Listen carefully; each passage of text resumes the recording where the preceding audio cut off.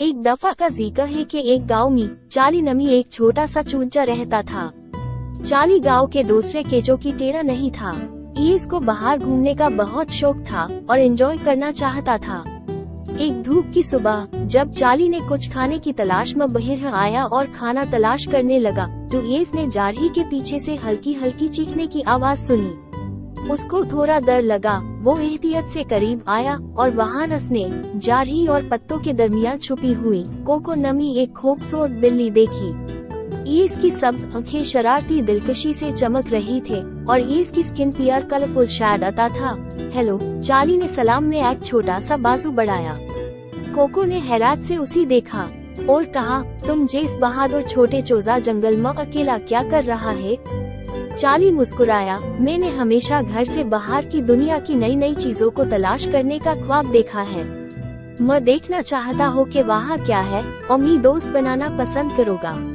Cocoa चाली की बातों से इम्प्रेस हुआ और इसका साथी बनने पर राजी हो गया। एक साथ उन्होंने गांव के दिलचस्प सफर का आगाज किया, छुपी हुई चीजों को दरियाफ्त किया और दूसरे जानवरों के साथ अपने मुकाबलों की कहानियां शेयर की। इख्तिलाफ के बावजूद उनकी दोस्ती हर गुजारते दिन के साथ मजबूत होती गई। एक दोपहर जब वो एक घास के मैदान में घूम रहे थे कि उन्हें एक खौफनाक आवाज आई। एक बड़ा कुत्ता जिसके दांत नोकील थी और आंखों में गुस्से की चमक थी, उसने एक डैम इन दोनों पर हमला करा। यह कोको और चाली के साइज से दुगना था। एक लम्हे की देर के बिना कोको हरकत में आ गए। इसके पंजे खुले हुए दी और इसकी डूम तूफानी बादल की टेढ़ा फूल गई। इसने नोकेले हाथ कुत्ते की नाक पर फेर दिए, उसको पीछे हटने पर मजबूर कर दिया।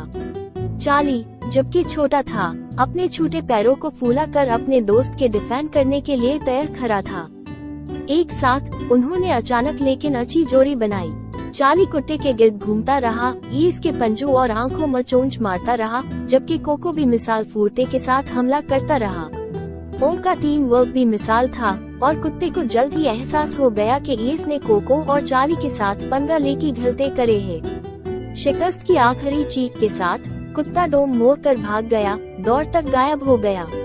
कोको और चाली ने उसे जाते हुए देखा। वो हाँफता और कांपता भगता जा रहा था। हमने कर लिया, चाली ने खुशी में अपने पर फैलाते हुए कोको से कहा। कोको ने मुस्कुरा कर उसे प्यार से पकड़ा और कहा, हमारे दोस्ती और इत्तेहाद ने हमें बचा लिया। इस दिन से उनकी दोस्ती पहले से ज्यादा मजबूत हो गई थी।